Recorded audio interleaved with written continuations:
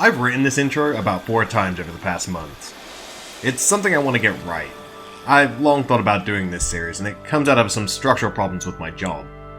I've been a professional entertainment journalist and critic for around 8 years now. I've been nominated for awards, written hundreds of reviews, and thousands more news and features articles. Because of that, I've seen the full breadth of the job and what it can ask of you. I deeply love this line of work, and I consider myself lucky that I can make even half a stable career out of it.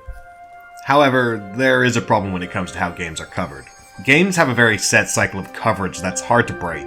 A game is announced, either through a press release or a big E3 reveal. It potters around in public-facing production for a couple of years, with trailers and appearances at trade shows. The press covers them all the way up until launch. You get an early review copy, you review it, the guides team does their work, and then often not too much happens. The game will likely make the news here and there, and it might have content updates that are covered by an outlet. But their long-term coverage is often cut short. This isn't anyone's fault either. The reality is that the cycle is taking place over and over again, with games overlapping and a new game coming every week. There are often as many as 20 games going through the cycle at once, if not more. It's hard to commit resources to keep a crew of writers on one game for a long time. This is especially prevalent in the world of reviews. Reviews are tricky things in the current gaming landscape. As more and more experiences become services or platforms with ongoing content updates, where does that leave traditional critique?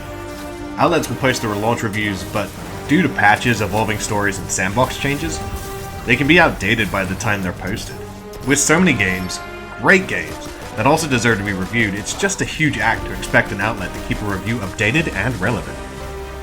That's structural problem number 1. Problem number 2 comes with restriction.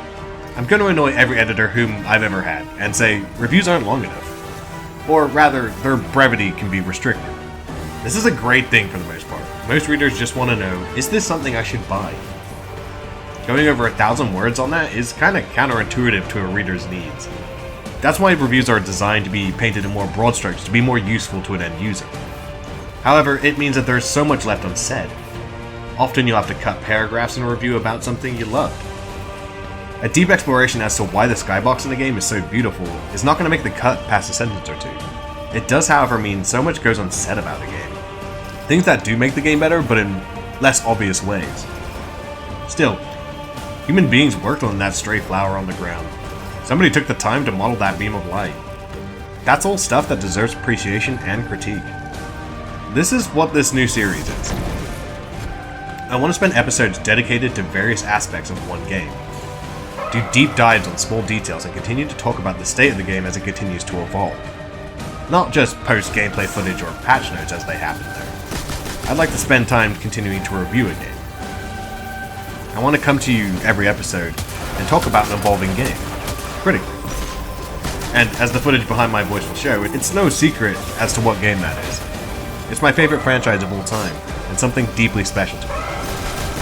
It's Destiny.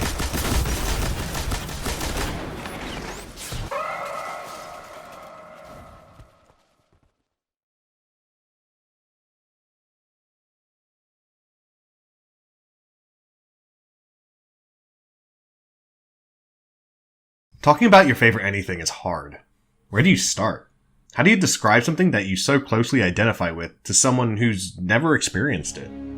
How do you convey something you've had an intimate relationship with for so long to a newcomer that they'd find even slightly comprehensible? The more you care about something, sometimes the harder it can be to sell other people on it. However, I'm going to work past all those questions and hopefully find a kernel of inspiration in here that is useful to somebody. Destiny, especially Destiny 2, is a complicated game. Since the franchise's launch, it's always been a bizarre case study. From that bungled said launch to the redemption arc that the second game is currently going through, there's so much more to explore and talk about. And that's what I'm planning to do. Talk about Destiny. Talk about it a lot. Each episode, I want to spend time exploring new aspects of the game. Not so much the meta and what's good now, but aspects of the game's design. Why it is the way it is, and why it comes together to create a broader experience.